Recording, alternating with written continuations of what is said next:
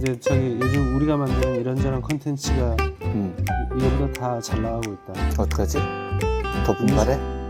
아니 뭐 분발은 뭘 분발해. 뭐 하는 거지. 윤상현 편뭐 반나절도 아니고 조회수 28,000. 하여튼 뭐 그렇대. 뭘 모르냐? 잘 되면 기뻐해야지. 안녕하세요. 이완배의 경제 속살입니다. 저는 진행을 맡은 이정무고요. 이완배 기자님 나와 계시죠? 네, 평소처럼 안녕하십니까 라고 여쭙기에도 민망한 시절입니다만 어쨌건 나와는 있습니다. 예. 오늘은 태극기 부대라고 해야 되나요? 극우 보수 지지층의 행태에 관한 이야기를 준비하셨다고요? 예, 우선 시청자 여러분들에게 새해 인사부터 드리죠. 아, 그러네요. 예, 항공 참사가 온 나라를 슬픔으로 뒤덮고 있어서 새해 복 많이 받으십시오 라는 덕담조차도 꺼내기가 힘든 시간입니다만 그래도 시청자 여러분들께 2025년이 보다 희망차고 어제보다 나은 오늘이 되기를, 2024년보다 진보한 시대를 맞으시기를 진심으로 소망합니다. 그리고 항공참사 희생자분들의 명복을 진심으로 빌면서 유가족분들의 깊은 슬픔에 마음을 담은 위로를 드립니다. 너무 슬픈 일이지만 우리 정치권은 윤석열 체포영장으로 다시 시끄럽습니다. 영장은 발부됐는데 비열한 내란 우두머리 윤석열이 별의별 핑계로 이 영장 집행마저 막겠다는 파렴치한 행동을 보이고 있습니다. 어떻게 집행될 것인가가 초미의 관심사로 떠올랐는데 윤석열이 1월 1일 밤에 지지자들에게 보내는 새해 편지 이딴 걸 발표해서 군중들을 선동했고요. 1월 3일 공수처가 1차 영장 집행에 나섰습니다. 시청자 여러분들께서 보셨듯이 윤석열은 경호처를 사병처럼 부리면서 영장 집행을 막았죠. 그리고 저희가 녹음을 하는 시간이 1월 5일 일요일 오후 9시인데 아직까지 공수처가 2차 영장 집행을 시도하지 않고 있어요. 6일까지가 영장 마감 시한이니까 이대로라면 오늘 밤, 그러니까 일요일 밤이나 월요일 하루밖에 시간이 남지 않았습니다. 일단 제발 무사히 공수처가 윤석열을 체포하기를 열망합니다. 근데 저는 이 과정을 보면서 너무 화가 납니다. 저희가 공권력 집행이 어떻게 이루어지는지를 모르는 사람들이면 뭐 그럴 수도 있겠거니 싶은데 우리가 너무 잘 알잖아요. 2009년 쌍용차 사태 때 경찰이 직장 잃은 노조원들 잡아가겠다고 물하고 음식물부터 끊었어요. 최루액 원액 2,000리터를 섞은 물 20만 리터를 뿌렸습니다. 최루액이 섞인 물, 이거는 맞아본 사람만이 뭔지 압니다. 우린 맞아봤잖아요. 저게 1991년에 처음 등장을 해서 우리 세대가 저걸 처음으로 맞아본 세대입니다. 심지어 저게 제가 다니던 학교에 최초로 등장을 했습니다. 우리가 저걸 대한민국 역사상 처음으로 맞아봤다니까요. 저거 맞으면 죽습니다. 매운 정도가 아니고 온몸에 스포가 생겨요. 살인무기입니다. 그런데 저걸 투입한 명분이 제가 다니던 학교에서 어머니 당신의 아들이라는 독립영화를 상영했는데 그 영화가 불법이라고 학교 경찰들이 정문을 깨고 들어왔습니다. 영화 상영 막겠다고 저 살인무기를 투입했었다니까요. 2009년 쌍용차 사태 때에는 저걸 헬기로 뿌렸습니다. 경찰 진압작전 중에 헬기에서 뭘 뿌린 게 처음이었어요. 그리고 경찰 특공대가 헬기하고 고가사다리 차를 통해서 공장 옥상에 진입을 했습니다. 아니, 영화 상영 막겠다고, 직장 잃은 노동자들 때려잡겠다고 이렇게까지 폭력적으로 진입을 했던 게 우리나라 공권력입니다. 그런데 내란 우두머리 혐의 피의자에 대해서 체포영장이 떨어졌는데 우리나라 공권력 집행 능력이 몇 시간 개기다가 위험하다 싶으니까 그냥 퇴각을 해요? 그 정도밖에 안 됩니까? 약한 사람 두들겨 팰 때는 그렇게 강력하던 공권력이요? 보다가 너무 화가 나더라고요. 아무튼 이제 시간이 정말 안 남았는데 공수처하고 경찰은 진짜 생각 잘해야 됩니다. 우리가 니들이 평소 어떻게 했는지를 아는데 지금 와서 힘에서 밀렸다 이런 헛소리 하면서 집행을 못하면 그걸 당해본 민중들의 분노를 어떻게 감당할 겁니까? 제발 일요일 밤 혹은 월요일에 제대로 공권력을 행사해서 윤석열을 잡아오기를 바랍니다. 진짜 똑바로 하세요. 예. 이 이야기는 여기까지 하고요. 예. 오늘 다룰 주제는 지금 용산 앞에 몰려와서 윤석열 체포를 막겠다는 그 군중들에 관한 이야기입니다. 엄청난 폭력성을 보이고 있죠. 궁금한 건 저 사람들이 뭐에 홀려서 이런 이상한 세계관과 어처구니 없는 폭력성을 지니게 됐는가입니다. 윤석열은 사실 저쪽에서도 지지 기반이 그리 단단한 정치인이 아니었어요. 예. 박근혜처럼 저들이 신호로 떠받드는 박정희의 자식도 아니었고요. 그런데도 왜 저렇게 목숨을 걸고 폭력적 성향을 보이면서까지 윤석열을 지키려고 할까? 궁금했고 그 궁금증 해소를 위해서 석각들의 지혜를 빌려보겠습니다. 본론 하기 전에 댓글 하나 소개해드리겠습니다. 이번 주 소개해드리는 댓글은 선풀이 아니고 악플입니다. 새해 첫 주부터 악플 읽기가 불쾌한데 우리가 마주한 현실이니 제대로 맞서보겠습니다. 국민의힘이 왜 꼴통화가 되는지를 다뤘던 에피소드 16의 조회수가 10만을 넘었습니다. 예. 진심으로 감사드립니다. 근데 조회수가 많다 보니 이상한 댓글도 꽤 붙었습니다. 그중 하나입니다. 화면에 나오죠. 내용 자체가 워낙 시답지 않아서 읽지는 않겠습니다. 눈으로만 봐주셨으면 합니다. 그런데 저는 이런 댓글을 쓸 수 있다고 봐요. 그렇죠, 뭐. 인간 사회는 다양한 사람들이 섞여 살고요. 테레사 수녀님 같은 성인이 있다면 윤석열 같은 또라이도 있는 겁니다. 이제 그 또라이가 대통령이어서 문제였던 거죠. 예.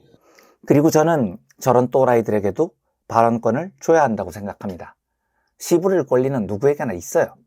그게 민주주의입니다. 그래서 이런 비상식적인 댓글도 달 수 있다고 봅니다. 물론 저런 이야기하면 좋아라 하는 또라이 유튜버들도 많은데 굳이 저희 방송에 와서 저러는 게 좀 의아하긴 하지만 지가 그렇게 하겠다는데 뭐 어쩌겠습니까? 그런데 댓글을 단다는 것은 목적이 있는 행위입니다. 목적이 없다면 저런 이야기는 그냥 자기 집 화장실에서 똥 싸면서 외치면 되는 거잖아요. 그게 아니고 이분도 남들에게 저 말을 보여주고 싶으니까 댓글을 달았을 거잖아요. 누군가를 설득하려 했다거나 아니면 자기 생각에 반대되는 사람들의 약을 올리고 싶었다거나 아무튼 목적이 있었을 거라는 겁니다. 그런데 보세요. 이분 아이디를 소개해 드리겠습니다. 그림이 다시 나갑니다. 아이디가 조생징 주교예요. 네. 푸사가 우길기입니다.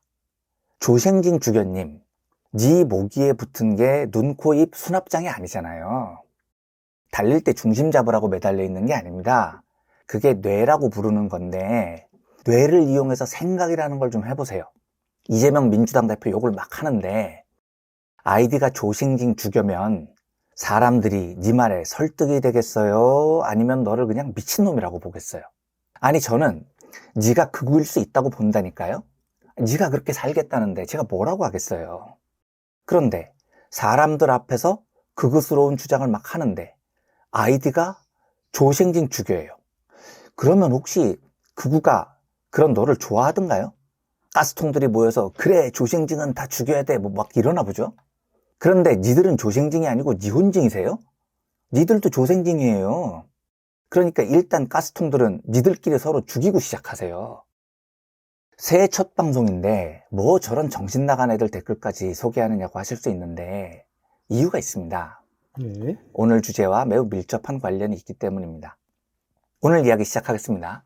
오늘은 정치철학자 한나 아렌트의 전체주의의 기원이라는 책을 기반으로 말씀을 드릴 겁니다. 파시즘과 전체주의 현상을 분석한 명저로 꼽히는 책입니다. 평소에는 이론을 먼저 소개해드리고 나중에 그 이론을 바탕으로 우리 현실을 되짚어 봤는데 오늘은 거꾸로 가보겠습니다. 예. 현실을 먼저 보고 나중에 아렌트의 이론을 끼워 볼 겁니다. 이렇게 하는 이유는 아렌트 개념이 약간 어렵습니다. 그래서 이론을 먼저 접하면 귀에 잘 안 들어옵니다. 이럴 때에는 거꾸로 가는 게 이해를 돕는 좋은 방법이 됩니다. 먼저 우리에게 익숙한 현실을 보고 나중에 이론을 붙여서 맞춰보는 방식입니다. 네. 1970년대, 80년대까지만 해도 적지 않은 민중들이 공동체에 속해 있었습니다. 응답하라 1988 드라마에서 보듯이 마을 공동체라는 것도 있었고 거기에 속하지 못하더라도 최소한 가정 공동체에는 속해 있었습니다. 그리고 이 가정 공동체에서는 우리가 아무리 가난해도 존중을 받았어요. 특히 나이가 많은 구성원들은 더 큰 존중을 받았죠. 사회에서는 내 지위가 높지 않아도 명절 때 제사 지내면 내가 손윗 사람이면 내 말이 먹혔다고요. 뭐 특히 남자인 경우에 그랬겠죠? 그랬죠. 그래서 이때는 살기는 어려워도 외롭지는 않았습니다. 소외되는 느낌도 상대적으로 적었고요. 많은 민중들이 이 공동체 안에서 비교적 안전하다는 기분, 안락하다는 평안도 느낍니다. 그런데 언젠가부터 이 공동체가 깨지기 시작한 겁니다. 나이가 들어서 퇴직을 해요. 이때부터 가족 공동체로부터 외면을 받는 시대가 됐습니다. 가장 기본이 되고 가장 작은 공동체 단위인 가족으로부터 경제적, 정서적으로 버림을 받습니다. 안전하다는 기분, 안락하다는 평안이 사라져버린 겁니다. 이러면 어떤 느낌이 드느냐? 내가 잉여인간이 된 느낌이 들어요. 예. 잉여인간이라는 단어는 제가 지어낸 말이 아니고 아렌트가 제시한 개념입니다. 잉여인간의 가장 큰 특징은 더 이상 나는 존중받는 시민이 아니다 라는 느낌입니다. 존중받지 않으니까 권리도 없고 책임도 강요하지 않아요. 이러면 사람이 미치거든요. 너는 쓸모없는 존재야. 아무것도 할 필요가 없어. 대신 너한테 기대하는 것도 없어. 이런 상황이 왔을 때 누군가가 나에게 네가 필요해. 나를 도와줘. 내가 너한테 새로운 세계를 열어줄게. 라고 약속하는 정치 지도자가 등장하는 순간 잉여인간들이 확 빠져드는 겁니다. 네. 게다가 놀라운 건 이런 정치 지도자가 실제 어마어마한 책임감을 이 잉여인간들에게 부여해 줍니다. 예를 들면 너에게 빨갱이들을 처리할 기회를 줄게. 너에게 빨갱이들을 두들겨 팰 권리를 줄게. 이러면 속된 말로 사람들이 뽕이 찹니다. 아무짝에도 쓸모없는 잉여인간인 줄 알았는데 저 정치 지도자가 내가 필요하대. 빨갱이들을 두들겨 팰 권리를 준대. 소속감과 안정감, 인정욕구가 다 해결이 됩니다. 이때부터 그 정치 지도자는 잉여인간들에게 구세주가 됩니다. 이렇게 형성된 잉여인간들의 집단을 아렌트는 모b, M-O-B, 폭민이라고 부릅니다. 지금 가스통 부대, 윤석열 호위대를 자처하는 사람들의 주된 연령이 60대, 70대입니다. 네. 매우 폭력적이죠. 그런데 이 사람들을 가만히 보면 최소한의 가정 공동체 혹은 마을 공동체에서 보호를 받고 존중을 받는 사람들이 아니에요. 아이디가 조생긴 주견데 푸사까지 우길기면 얘가 어디 공동체에서 존중을 받겠냐고요. 니혼진 공동체에서도 너는 안 받아줘요. 이게 전형적인 잉여인간일 확률이 높은 거죠. 이때 윤석열이 나타나서 내가 너희를 믿고 반국가 세력을 일거에 척결한다. 내가 너희를 믿고 빨갱이들을 처단한다. 이러면 뽕이 확 차오릅니다. 윤석열이 내란에 실패한 다음 하는 말 한마디 한마디가 우리 같은 정상적인 시민들이 들으면 진짜 족같은 이야기잖아요. 그런데 그 이야기는 사실 전부 이 모b, 폭민들에게 던지는 메시지입니다. 너는 중요한 사람이야. 네가 나를 지켜줘야 돼. 네가 나를 지키는 일은 자유민주주의를 지키는 일이야. 평소 아무 역할을 못 부여받던 잉여인간들에게는 이 말이 메시아의 계시처럼 들리는 겁니다. 이제 아렌트 이야기로 돌아오겠습니다. 아렌트는 독일 출신의 유대인 정치 철학자입니다. 당연히 나치의 박해를 받았던 인물이었고 1941년에 극적으로 미국의 망명에 성공을 합니다. 이후에는 평생을 권력과 전체주의 그리고 인간에 대해 성찰을 했습니다. 유명한 악의 평범성이라는 개념을 정립한 철학자이기도 합니다. 이 이야기는 언젠가 기회가 되면 따로 말씀을 한번 드리겠습니다.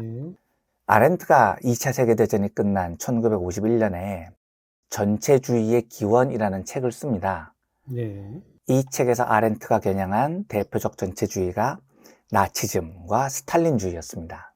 이 두 전체주의의 특징은 매우 폭력적인데 매우 큰 대중들의 지지를 받았다는 데 있습니다. 왜 이런 일이 가능했느냐? 아렌트는 출발이 소외와 고독에서 출발했다고 봅니다. 과거 봉건제 시절에는 민중들이 영주에게 착취를 당해도 가족 공동체 혹은 마을 공동체에서만큼은 책임감 있고 존중받는 한 명의 존재였습니다. 근데 현대자본주의가 발달하고 개인주의가 만연하면서 이들이 공동체에서 지위를 잃은 겁니다. 이때 느끼는 감정이 고독함입니다. 그리고 이 고독함이 사람들을 잉여인간으로 만듭니다. 문제는 전체주의자들이 이 잉여인간들을 훈련을 시킨다는 점입니다. 예. 어떻게 시키느냐? 20세기 초반 제국주의 국가들이 식민지를 갖고 있었잖아요. 근데 어쨌건 제국주의 국가들은 나름대로 선진국이었단 말이죠. 국가의 룰이 있어요. 법이 있습니다. 그래서 아무나 죽일 수는 없어요. 하지만 이들에게는 식민지가 있었다고요. 제국주의 국가들이 식민지를 통치할 때 법과 규칙으로 통치했을까요? 그랬을 리가 없잖아요. 식민지에서는 아무나 잡아서 고문하고 죽입니다. 법과 규칙을 일부러 파괴해 놓은 거죠. 그래야 식민 지배가 용이하니까요. 예. 이때 이 잉여인간들이 식민지를 경험합니다. 난 아무 곳에도 쓸모가 없어. 외롭고 고독한 사람들이 식민지에 가보니까 아무나 막 죽여도 돼요. 일본에서는 뒷골목 거렁뱅인데 조선에 오니까 아무나 막 패도 뭐라 안 합니다. 와, 잉여인간들이 식민지를 너무 사랑하게 됩니다. 여기서는 내가 존중받고 뭘 해도 가능하니까요. 이게 바로 잉여인간이 폭력적인 무리들, 몹, 폭민이 되는 과정이었다는 겁니다. 이때 히틀러 같은 애가 나타납니다. 그리고 잉여인간들에게 호소하죠. 유대인들을 죽여. 내가 그 권리를 너희에게 줄게. 약탈, 협박, 강간, 살인 다 해도 돼. 잉여인간들이 열광을 합니다. 지금 가스통들이 보여주는 폭력성이 어마어마하잖아요. 예. 화면에 나오는 게 얘들 사이에서 돌았던 선동문이래요. JTBC 뉴스 화면을 갈무리했습니다. 예. 우리도 왕년에 돌 좀 던져보고 화염병도 던져봤지만 상상을 초월해요. 그 LPG 가스통은 하나만 터져도 위력이 엄청납니다. 그렇죠. 예, 50kg짜리 터지면 건물, 옆 건물 2개가 무너진 사고도 있었어요. 그걸 지금 100개를 모아서 방어진을 치겠다는 건데 진짜로 서울을 피바다로 만들 기세예요. 근데 이런 폭력성은 어디서 나온 걸까요? 아무한테도 인정을 못 받고 소외되기 시작했어요. 외로워요. 그런데 이 사람들은 경험이 있습니다. 1970년대, 80년대, 90년대 초반까지 군인들이 집권했을 때 얘들이 민주화 운동하던 사람들을 빨갱이라고 손가락질하고 가두고 죽이는 시기를 경험해 본 겁니다. 제국주의가 식민지 민중들을 마구 살상했던 그 쾌감, 이걸 쾌감이라고 표현해서는 당연히 절대 안 되는 건데 이 잉여인간들에게는 이게 진짜 쾌감으로 다가옵니다. 이들이 이걸 경험해 봤어요. 박근혜도 이걸 자극해서 대통령이 됐고 윤석열은 내란이라는 극단적인 방법으로 이걸 자극한 겁니다. 그래서 이 사람들이 윤석열 광신도가 돼서 어마어마한 몹, 폭민이 됩니다. 가스통들한테는 윤석열은 나의 존재를 인정해주고 나에게 폭력을 쓰도록 허락해준 히틀러인 거죠. 요약을 해보겠습니다. 잉여인간의 출현은 외로움과 소외감 때문이다. 전체주의는 이 사람들에게 거대한 전체에 소속됐다는 안정감을 준다. 너희야말로 사회에 기여하는 쓸모있는 인간이라는 인식을 심어준다. 그래서 잉여인간들이 자발적으로 폭민이 된다. 자신의 인격과 주체성을 기꺼이 희생한다. 이게 아렌트 이야기의 요약입니다. 매우 슬프게도 우리나라 가스통, 조생징 죽여 이런 사람들을 너무 정확히 설명합니다. 한 발만 더 나가보죠. 지금 이제 들으시기에도 문제가 심각하죠. 미친 폭력배들이 양산되는 시스템이 우리나라에 존재한다는 거잖아요. 사회적으로 해악이 얼마나 큽니까? 그런데 아렌트의 문제 제기는 사회적 해악이 너무 크니까 막아야 된다 이런 차원을 넘어서요. 저는 한국 사회가 저 가스통들의 폭력을 얼마든지 이겨낼 정도로 수준 높은 시민사회라고 생각합니다. 예. 실제 나치즘이 지배한 시대와 달리 가스통들은 우리나라의 다수가 아니거든요. 그렇죠. 예, 오히려 저런 인간들 보면 눈살 찌푸리는 사람들이 다수죠. 그래서 우리 사회에서는 큰 위협이 안 되므로 별 문제가 아니다라고 생각할 수 있는데 아렌트는 다르게 봅니다. 저런 잉여인간 혹은 폭민들로 인해서 발생하는 희생이나 고통이 문제의 본질이 아니라 저런 사고, 생각이 인간의 본질을 파괴하고 있는 게 문제의 본질이라는 겁니다. 말이 좀 어려웠는데 쉽게 이야기해서 아렌트가 말하는 인간의 본질이 뭐냐? 자발성입니다. 스스로 생각하고 스스로 결정하는 것이 인간의 본질이라고 봐요. 그런데 히틀러나 윤석열 같은 애들이 신앙처럼 자리를 잡으면 구성원들이 스스로 이런 자발성을 포기해버려요. 이게 본질적 문제라는 겁니다. 그럼 이걸 어떻게 극복할 수 있느냐? 예. 아렌트의 답은 제발 생각을 좀 하라는 겁니다. 제가 그 조신징 주교한테 네 모기에 달린 건 눈, 코, 입 수납장이 아니다 이런 말을 했는데 이건 내가 너를 경멸하려고 하는 말이 아니고요. 진짜 안타까워서 하는 말이에요. 네가 극우일 수는 있는데 아이디로 조신징 주교를 달고 그런 말을 하면 난 빠가살이에요 인증밖에 더 되겠어요? 내란 초기에 가스통 집회에서 참가자들이 태극기와 성조기를 함께 막 휘둘렀다는 거잖아요. 지금도 그러고 있죠. 그거 있잖아요. 생각을 좀 해보라고요. 미국이 윤석열 내란을 좋아했겠습니까? 자기들한테 말도 안 하고 그 짓을 저질렀는데요. 미국 반응을 보세요. 윤석열 무척 황당한 놈이 다 있나. 빨리 대통령에서 치워. 이런 반응이었잖아요. 거기서 성조기를 휘두르면 윤석열 끌어내리라는 미국을 응원하는 거예요. 그러니까 생각을 좀 하라고요. 아렌트는 이런 말을 합니다. 생각하는 일은 정치적 자유가 있는 곳이라면 누구나 할 수 있는 일이며 그렇게들 한다.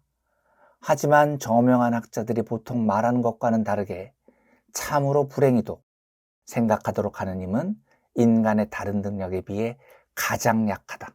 특히 폭정 아래에서는, 특히 전체주의 세계에서는, 특히 수용소에서는 생각하는 일은 매우 어렵고 생각하지 않고 행동하는 것이 훨씬 쉽다. 우리가 저런 잉여인간과 폭민이 되지 않기 위해서는 생각을 해야 됩니다. 지금 이 방송을 들으시는 많은 분들이 민주주의를 지지하고 연대감에서 행복을 느끼는 가장 큰 이유는 우리는 생각을 하기 때문입니다. 사람이면 생각을 하는 거지 당연한 거 아니야? 아닙니다. 아렌트의 말처럼 참으로 불행히도 생각하도록 하는 힘은 인간의 다른 능력에 비해 가장 약하기 때문입니다. 예. 마지막으로 하나만 더 말씀드리고 마치겠습니다. 10년 전쯤에 한 경제학 박사하고 이야기를 나눈 적이 있었는데 그분 말씀이 나는 10년 뒤가 매우 위험하다는 생각을 한다는 것이었습니다. 이유가 당시 박근혜 때였는데 박근혜 열성 지지층이 50대, 60대, 70대였어요. 40대는 비등비등했고요. 그랬죠. 단순히 그 지표를 해석하면 50대 이상은 보수라는 건데 우리나라 인구 구조가 이 50대 이상이 계속 늘어나는 추세라는 겁니다. 보수가 구조적으로 많아진다는 거죠. 실제 그 이야기를 나눴던 2015년 인구 통계를 보면 50대 이상이 전체 인구의 34% 정도를 차지했어요. 예, 10년 전이니까요. 예, 이 연령층이 박근혜의 가장 강력한 지지 기반이었고요. 그런데 2023년 인구 통계를 보면 50대 이상 인구 비중이 47%로 치솟은 겁니다. 많이 올랐죠. 그러니까 이제 3, 4년만 지나면 50대 이상 인구가 전체 인구의 절반을 넘을 겁니다. 보수 인구 자체가 커지기 때문에 진보가 이길 수 없는 구조라는 거죠. 예. 예. 저도 그 이야기를 들었을 때는 걱정이 좀 됐죠. 그런데 지금 그분의 이야기는 틀렸습니다. 그렇죠. 50대 이상이 많아졌어요. 하지만 그 연령대가 보수화되지 않았습니다. 지금 50대가 10년 전 40대인데 상당히 튼튼하게 진보적 세계관을 공유해요. 그러면 과연 이분들이 10년이 더 지나서 60대가 됐을 때 지금의 가스통들처럼 외롭고 고독해서 잉여인간이 된 다음에 폭민으로 변할까요? 저는 아닐 거라고 봅니다. 제가 나이가 들어보니까 나이에 대한 고정관념 중에 잘못된 것들이 있습니다. 첫째, 나이가 들면 현명해진다. 아닌 것 같더라고요. 그렇죠. 예, 가스통들 보면 현명은커녕이죠. 우리가 살아봐도 그렇죠. 그렇죠. 그러니까 제 경험상 현명한 청년이 현명한 노인이 될 가능성이 훨씬 높습니다. 좀 더 정확히 이야기하면 현명하려고 노력하는 사람이 현명해집니다. 아무 생각 없이 나이가 먹으면 그냥 나이만 먹은 겁니다. 현명해지지 않아요. 둘째, 나이가 들면 보수화가 된다. 이것도 아닌 것 같습니다. 왜냐하면 현명하려고 노력하는 사람은 보수화되지 않더라고요. 반면에 나이와 상관없이 생각하기를 멈추면 보수화가 됩니다. 물론 은퇴를 하고 외로워지는 경우가 있죠. 그런데 현명한 사람들은, 즉 현명하려고 노력하는 사람들은 이 위험을 이웃과 함께 극복하려고 합니다. 연대의 기쁨을 추구해 나가요. 왜요? 현명하니까요. 현명하려고 노력을 하니까요. 생각을 멈추지 않으려고 시도하니까요. 제가 알던 경제학 박사의 예상과 달리 지금의 50대는 10년 전 박근혜를 콘크리트처럼 지지했던 50대가 아니잖아요. 저는 그래서 지금도 10년 전과 마찬가지로 민주적 시민성을 확보한 50대 분들과 함께 늙어간다는 것이 정말 자랑스럽습니다. 우리는 생각하기를 멈추지 않을 것입니다. 그리고 우리는 연대의 힘도 잊지 않을 겁니다. 우리는 덜 외로울 겁니다. 그래서 우리는 잉여인간들처럼 살지 않을 겁니다. 우리는 민주주의 사회를 믿고 우리는 한 사람 한 사람의 가치를 인정할 겁니다. 그래서 우리는 서로 보호할 것이고 그로 인해서 항상 히틀러나 윤석열 같은 자의 선동이 아니라 민주주의의 울타리에서 서로 보호받고 있다고 느낄 겁니다. 이러한 멋진 분들과 함께 생각하고 현명해지려고 노력하면서 나이를 먹는다는 사실이 진심으로 행복합니다. 감사드립니다. 그리고 2025년 한 해 멈추지 않는 투쟁으로 우리가 꿈꾸던 세상에 한 발짝 더 다가갔으면 좋겠습니다. 새해 복 많이 받으십시오. 감사합니다. 네, 지금까지 이완배 기자였습니다. 이게 공수처나 검찰이나 뭐 경찰이나 이게 알고 보면 다 본질적으로 윤석열의 사람인 거야. 진짜 열받네. 근데 이제 경찰은 지네 대빵들이 다 잡혀갔잖아. 그러니까 아이씨 뭐 이래가지고 답이 없겠다. 돌아선 거고. 공수처는 뭐 자기네들은 특별히 윤석열한테 큰 은혜를 입었다고 생각 안 하니까 뭐 하긴 한다. 하긴 하는데 저렇게 나오면 나보고 어쩌라는 거냐. 뭘 그렇게 열심히 하냐 뭐 이런다는 거죠. 그런 거고. 검찰은 좀 들여다보다가 아이씨 뭐 이거 해봐야 민주당이 자기 용서해 줄 것 같지도 않고 아 니들이 알아서 해 이거 던진 거지.